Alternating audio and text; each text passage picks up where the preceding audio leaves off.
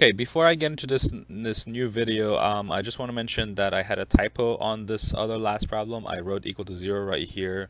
So just make sure you erase that. The f prime is not supposed to be equal to 0. I was searching for what makes the f prime undefined on that section.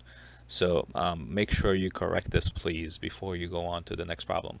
Okay, if you've corrected it already, let's take a look at the example 2, which virtually has the same function.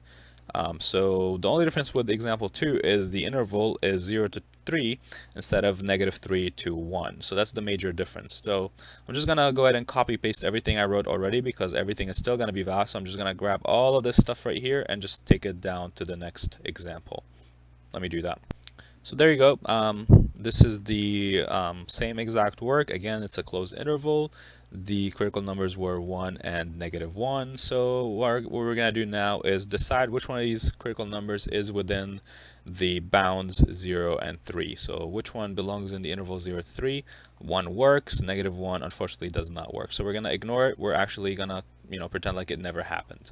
Okay, so now we're going to go ahead and transfer all the critical numbers and the interval to the table. So 0 is that value in the table, so we're going to put 0 first. The second critical number we found was 1. That's going to be next. We're going to write it over here inside the second row.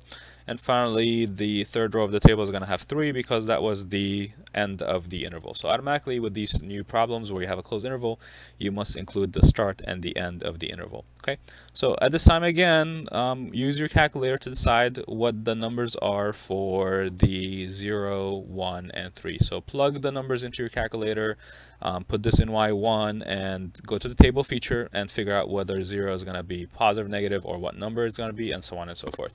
So I'll give you the answers in a second. So when I type everything into my calculator, I get 2, 0, and 20. Did you get the same thing? Okay, so if you did, that's great, which now means you are able to decide the max and min. So just like we did up here, the maximum is going to be the one with the highest possible y-coordinate. So this right here is going to represent the absolute maximum of the problem, right? This is the absolute max. You can also add that to the top if you wanted to. This is an absolute max. And the one with the smallest y-coordinate is going to be the minimum. So this is going to be the minimum. So min, and again, this is the absolute minimum. It's a guarantee because of the closed interval and because of what we call the extreme value theorem. So the function was continuous on a closed interval, so it has to have a maximum or a minimum. So there they are. So if you think about it kind of for a little bit of time, you will see something like this. So I'm starting at 0 and I'm at 2.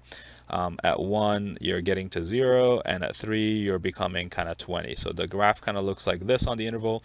So we can expect the maximum to be at the end, and we can expect the minimum to be kind of like in the middle. Okay, you're not responsible for that graph, so if you delete it, it's not the end of the world. You can keep it there if you wanted to, but your calculator gives you that anyway.